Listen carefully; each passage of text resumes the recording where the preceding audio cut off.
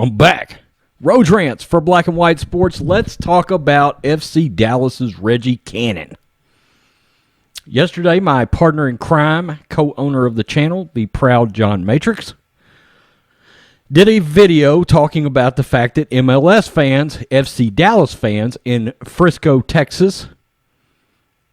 I've been to Frisco many times. I live in Texas. My sister used to live in Frisco for about a decade. So I've been through there many times. The fans in attendance, they let fans in. About 3,000 or 4,000, I think. They let fans in, and when the players decided to kneel during the national anthem, the players got booed. And Reggie Cannon decided to go out and refer to the fans as disgusting. He thought it was disgusting that they were booing. There is a little bit of video, and then we'll get to FC Dallas's statement, and then we'll get to all kinds of juicy stuff. Because I'm going to hammer this asshole. Let's roll that video real quick. Bam. And if you had heard them. I think it was disgusting. I think it was absolutely disgusting. You got fans booing you for people taking a stand for what they believe in when millions of other people support this cause. Okay, so Cannon told reporters he was baffled. It's amazing to me that he was baffled. Are you not paying attention? People don't like the fact that you're kneeling for the national anthem. That's a thing. One of my views on the situation is right now, Major League Baseball, which I will say this, and Clay Travis talked about this, Major League Baseball has backed way off the social stuff since the start of the season. Cannon came out. He told reporters he was baffled that fans were booing. The home of FC Dallas, were booing as players knelt in protest of racial injustice and police brutality. Okay, well, let's unpack that for a minute, Reggie. Here's the narrative. Here's the problem. An entire movement has been created under the, let's just say it, the lie of police brutality. I use this statistic a lot on my regular channel. 9 blacks killed by police in 2019. 20 whites.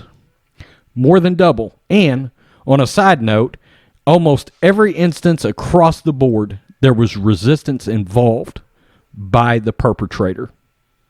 They resisted police and got killed. In turn, self-responsibility tells you don't resist the police, you will still be alive. But so much self-awareness, so much self-responsibility is not talked about ever. Ever. He says, I think it's disgusting. I think it was absolutely disgusting. You got fans booing you for people taking a stand. Millions of other people in support of this cause. Look, let's just keep it real. 50% of America does not support the cause. And your other issue is you're supporting Black Lives Matter.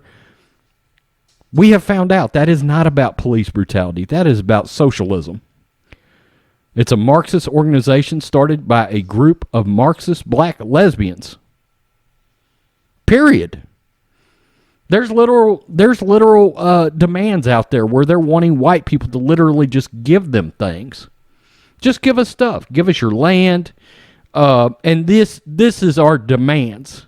Well, this is America. You don't demand anything of anybody, particularly their possessions.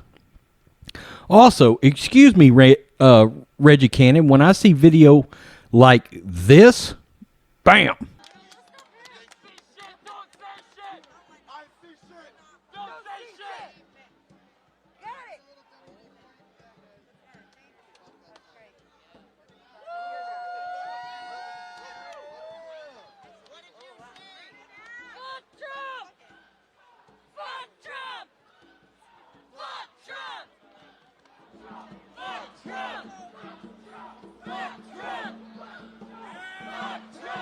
Yeah, you see, when I see people out there protesting on behalf of the movement you're kneeling for, burning the American flag, do you really believe I'm going to ever think it's not about disrespecting this country when you kneel? And, you know, it's so odd because I always hear people say, well, veterans are fine with it. I literally contacted 12 veterans I know, all of them acknowledged one thing. They've got the right to protest, but I got a follow-up to that.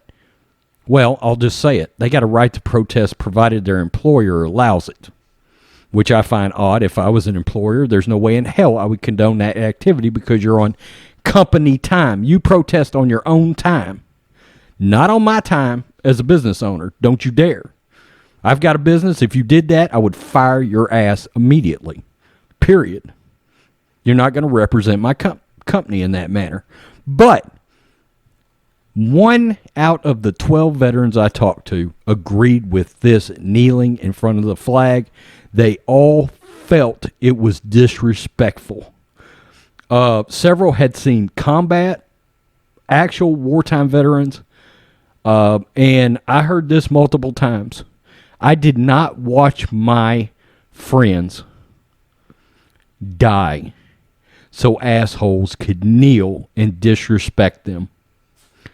Now, Reggie, here's the thing. If you hear that kind of feedback, don't you think you should pick a different method of protest? And here's my other issue. If it's not about the flag, if it's not about the anthem, then why are you picking that moment? And that goes back to Colin Kaepernick. Why are you picking that exact moment in time to protest? There's a lot of other times you could pick to protest. I had said Colin Kaepernick could have picked up his phone, and as an NFL quarterback, he could have shot a video, put it on Instagram, and it would have gotten 30 million views. He would have never had to have kneeled while the flag was playing. And look, there's other things. We see things from Kaepernick like the pig socks and the Fidel Castro shirt. Look, Americans are never going to support an asshole that started a movement that carries himself in that manner and shows himself in that way. The national anthem was being played because fans were back in attendance after the league was shut down after the coronavirus. He said, how disgraceful is that? Honestly, for a lack of a better word, it pissed me off. You can't even have support from your own fans. Your fans, Reggie Cannon, who makes $80,000 a year, and that makes me think you're not a very good player because you were definitely way down in the bottom third of the salaries on your team. In fact, I think you were like the 4th or 5th lowest salary on your entire team when you got players on the team that make $500,000 and $800,000 a year. And that's the other thing. Those players that kneel are making all that money, and this is why customers don't like this. We're funding you athletes. We're funding you athletes, and 50% of America doesn't agree with what you're doing, at least. Well, you're getting our money. At what point do we say defund the athletes? Hashtag defund the athletes. Because you're being disrespectful to your customer base. You are a business. You are a business. We don't want to see politics in sports. We want an escape. Adam Silver came out yesterday and said it's unavoidable. Of course it's avoidable. You just don't allow it. You take a hardline stance and you say, we're just not going to do that. Find a different avenue. Thanks. And if players want to walk off, if players don't want to play, you let them go. You let them go. And by the way, what these commissioners in these sports leagues don't understand is if they took a hardline stance, any fans that you would lose, look at Goya taking a stand against cancel culture and supporting Donald Trump. Goya has earned so many Republicans and moderates business. All that business is new. That runs both ways. That runs both ways in sports or whatever. We will support. If we find that something is patriotic, we are going to support it. The other thing is we don't want to be lectured by crybaby athletes. Shut the fuck up. You're playing a sport for a living. You're disrespecting the police, people that are out there risking their lives, while you're kicking a damn ball around. Do you really think we want to hear a damn thing from you, Reggie Cannon? No. If I was FC Dallas, I would literally cut your ass for talking about your own fan base. And they released a statement. FC Dallas supports our players and fans in their right to express themselves in a peaceful manner. The national anthem was played before last night's match while the players were on the field, which Major League Soccer requires when fans are in attendance. While we understand the decision to stand or kneel for the national anthem is polarizing, we hope that FC Dallas can be a leader in helping our community accept diverse viewpoints in a respectful manner as we all work together in the ongoing fight of racial equality. And that's the other false narrative. John Matrix did a video on his channel yesterday or the day before, literally tearing apart the narrative of systematic racism. So that's the other thing. We just don't agree that there's racial inequality, and we're not going to agree because there's not. There's no racial equality. You control your own destiny, regardless of circumstance you grew up in.